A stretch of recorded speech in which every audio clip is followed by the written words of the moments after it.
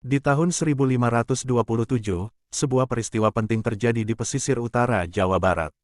Pelabuhan Sunda Kalapa, yang merupakan pusat perdagangan utama Kerajaan Sunda, diserang oleh pasukan gabungan dari Kesultanan Cirebon dan Kesultanan Demak. Serangan ini bukan hanya pertempuran biasa, melainkan sebuah titik balik bersejarah yang mengubah peta kekuasaan di Nusantara dan melahirkan nama ibu kota Indonesia, Jakarta. Latar belakang perang, konflik dagang dan agama.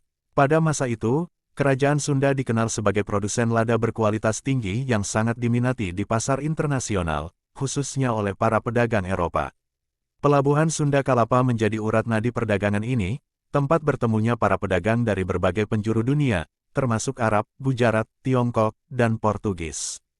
Namun, kehadiran bangsa Portugis di perairan Nusantara memicu ketegangan.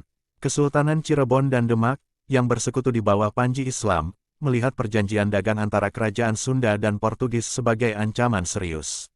Mereka khawatir Portugis akan memonopoli perdagangan lada dan menyebarkan pengaruh Kristen di wilayah tersebut. Perjanjian ini dianggap sebagai pengkhianatan terhadap persatuan kerajaan-kerajaan Islam di Jawa. Serangan dahsyat dan kejatuhan Sunda Kalapa. Pada tanggal 22 Juni tahun 1527, pasukan gabungan Cirebon dan Demak melancarkan serangan besar.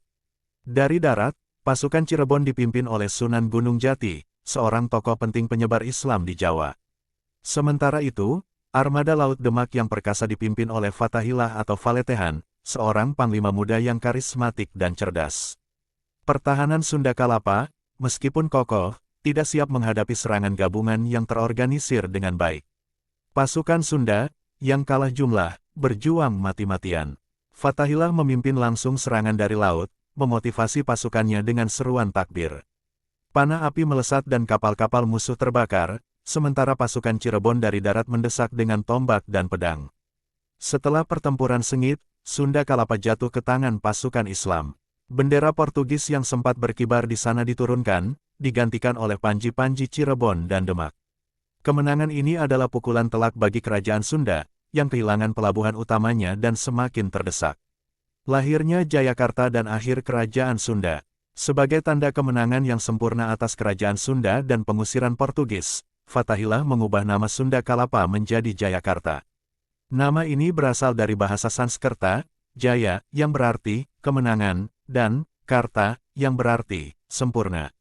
Nama Jayakarta inilah yang kemudian berabad-abad kemudian, setelah masa kolonial Belanda, diubah menjadi Jakarta, ibu kota modern Indonesia.